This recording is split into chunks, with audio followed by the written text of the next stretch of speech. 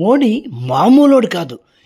ఏ కుక్కను ఏ కర్రతో కొట్టాలో బాగా తెలిసినోడు. సిఏఏ చట్టాన్ని ముందుకు తీసుకొస్తే అన్ని కుక్కలు కలిసి నానాయాగి చేసి తెగ బౌబో అంటూ అరిచేశాయి. తప్పని పరిస్థితుల్లో అప్పుడు చట్టాన్ని వెనక్కి తీసుకున్నాడు.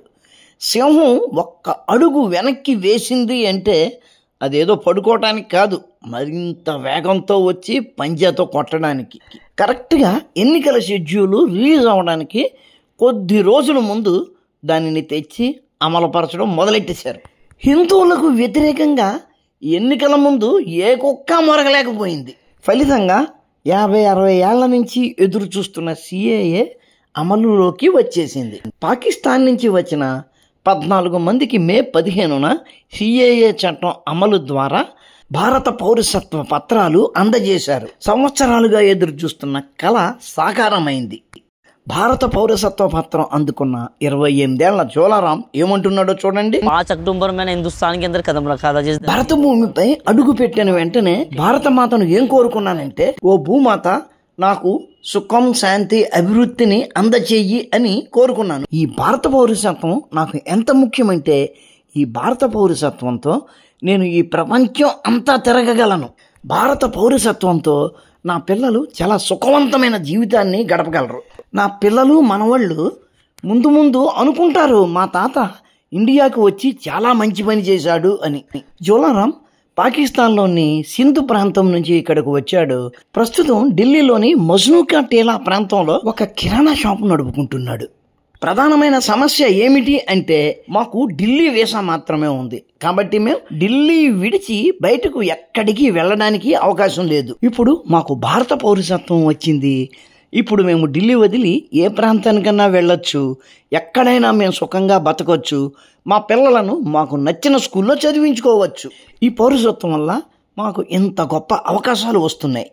అదే రోజున జోలారాంతో పాటు 29 ఏళ్ల యశోదకు కూడా భారత పౌరసత్వ పత్రాలు అందాయి. యశోదకు 6 పిల్లలు. ఆ 6 పిల్లలతో 2013 నుంచి యశోద భారత్లోనే ఉంది.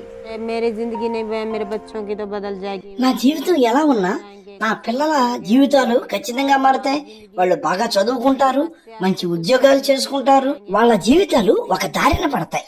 మేము ఎంతో కొంత బాగుపడే అవకాశం వచ్చింది. అది మాకు చాలా ఆనందంగా ఉంది. ఇప్పటిదాకా మమ్మల్ని అందరూ మీరు పాకిస్తాన్ నుంచి వచ్చారు, మీరు పాకిస్తానీయులు అని హేళన చేస్తూ ఉండేవారు. ఇప్పుడు మాకు అటువంటి మాటలు వినాల్సిన అవసరం లేదు. ఎందుకంటే మేము భారత ప్రజలం, భారత్లోనే ఉంటాము, మాకు భారత పౌరసత్వం లభించింది.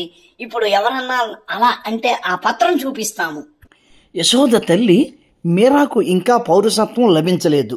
ఆమె పాకిస్తాన్లోని దుర్భర జీవితాన్ని గుర్తు తెచ్చుకుని చెల్లించిపోయారు. అక్కడ మాకు ఏ హక్కు లేదు, ఏ ప్రభుత్వ ఉద్యోగాలు రావు, హిందూ అధికారులు ఎవరూ లేరు. ఏ హక్కు లేకపోయినా పర్వాలేదు, కనీసం దహనం చేసుకునే హక్కైనా ఉండాలి కదా. దహనం ద్వారా మాత్రమే ఆత్మ ఊర్ధ్వలోకాలకు చేరుతుంది కదా. అక్కడ దహనం చేసే అధికారం కూడా లేదు. శవాలను ఎందుకు తగలబెడతారు, దానివల్ల దుర్గంధం వస్తుంది కదా అని అడుగుతారు. ఇక్కడ దహనాన్ని ఎవ్వరూ అడ్డుకోరు. హిందువుగా మా దహన క్రియలు చేస్తారు, మా అంత్యక్రియలు ఆచారం ప్రకారం జరుగుతాయి, మా అస్థికలు హరిద్వార్లో కలుపుతారు. ఇక అంతకంటే కావాల్సింది ఏముంది? అందుకే మేము భారతీయులమని గర్వంగా చెప్పుకుంటున్నాము, భారతీయులుగా గర్వంగా జీవిస్తాం. ఢిల్లీలోని ఈ బస్తీలో పాకిస్తాన్ నుంచి వచ్చిన 80 కుటుంబాలు ఉంటున్నాయి. వీళ్ళు చిన్న చిన్న షెడ్లల్లో చాలా నరకయాతన అనుభవిస్తూ జీవిస్తున్నారు. ఇక్కడ చిన్న చిన్న గుడిసెలు వేసుకుని ఉంటున్నాం. పాములు, తేళ్లు వస్తూ ఉంటాయి. గత ఏడాది యమునా నది వరదల్లో నా ఇల్లు మునిగిపోవడం జరిగింది. ఒకసారి నా ఇల్లు కాలిపోయింది. నా పిల్లలు చిన్నవాళ్ళు, జీవితంలో కష్టాలు వస్తూ ఉంటాయి. ఏం చేస్తాం? ఆ దేవుడి మీద భారం వేసి ఈ జీవితాన్ని ముందుకు నడిపించుకుపోవాలి. పౌరసత్వం లభించడంతో మేము జీవితంలో ఏదో ఒకటి చేసుకోగలము అన్న ఆశ ఏర్పడింది. ఇప్పుడు మా పిల్లలకు పౌరసత్వం వచ్చింది. వాళ్ళ జీవితాలు, మా పిల్లల జీవితాలు బాగుంటాయని ఆశిస్తున్నాం. ఆఫ్ఘనిస్తాన్, పాకిస్తాన్, బంగ్లాదేశ్ ఈ 3 దేశాల నుంచి వలస వచ్చిన హిందువులు, క్రైస్తవులు, సిక్కులు ఈ ముగ్గురికి పౌరసత్వం లభించే విషయంలో కొన్ని వెసులుబాటులను 2019లో కల్పించారు.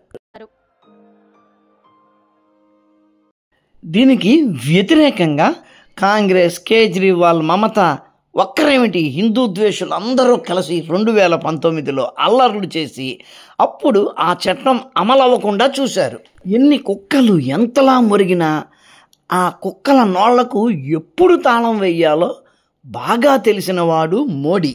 మిత్రులారా, కార్యసాధకుడు ఎలా ఉండాలి అన్న విషయం తెలుసుకోవాలి అంటే మోడీని గురించి తెలుసుకుంటే చాలు. మిత్రులారా, భారతదేశం వీళ్లకు అనాయాచిత ధర్మం ఏమన్నా చేసిందా?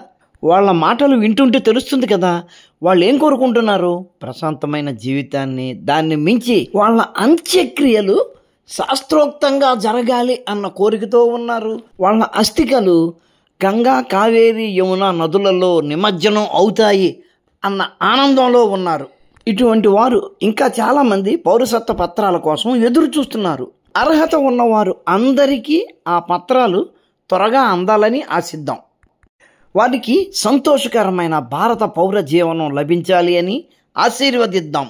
ఉంటాను. నమస్కారం. మతోన్మాదంపై రామబాణం.